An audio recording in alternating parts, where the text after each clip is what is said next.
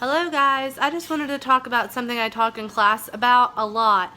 And working at a school that is mostly full of town kids, I try to stress agriculture doesn't have to be for only people who live on big farms. You can backyard garden, and you can even use kitchen gardens, which is what we've started to do here at the house. So what I'm going to show you is, this is a ladder that my husband built. And at the top, we've got cilantro. This one looks kind of sad. I'm going to have to restart some of it. But then we've got ancho, chili peppers, cayenne peppers. This is some oregano that I'm actually cooking with right now. And then I've got 2 different types of parsley here. And then over here in the window, I have started some chives. These 2 have mint started.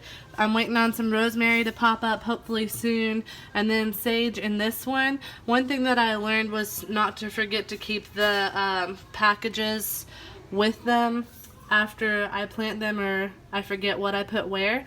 Also, this is a really good example of something you can do. Almost all plants can be restarted after they're used. So this was a pineapple, and we ate the entire pineapple and cut off the top of it and put it in soil, and it's actually forming roots in the soil, and then we can go plant it outside. You can do this with onions, celery, almost any fruit or vegetable can be restarted. If you cut off a piece of it and put it in soil, it will start to take root.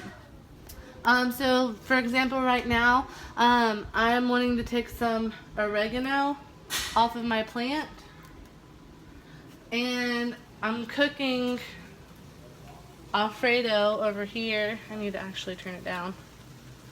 And when it's fresh, you need way less than you need after it's dried.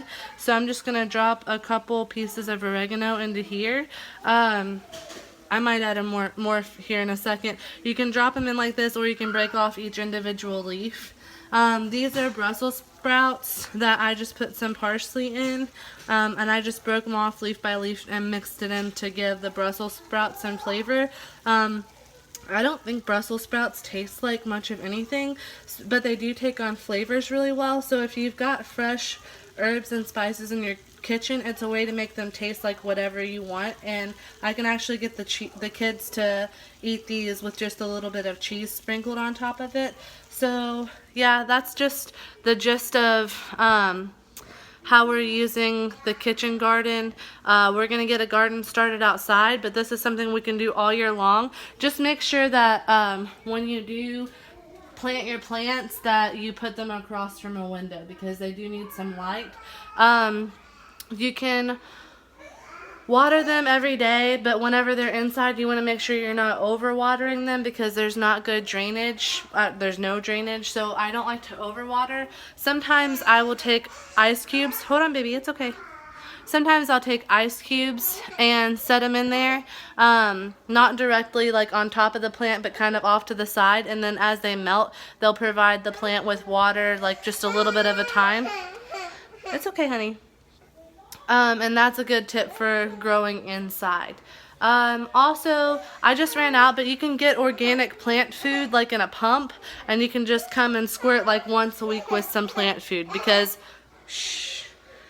just with it being inside, you're limited on where the nutrients are coming from and the soil. Also, we're taking a lot of our leftover stuff, and if it's leftover food, we're starting a compost pile outside, and we're about to move the chickens from school to here, so we'll also have chicken litter, and we'll have all that mixing up for a nice compost pile, and I can add some of that organic matter onto the plants that are inside, because that'll happen a little bit more naturally outside, but it's not going to happen at all inside.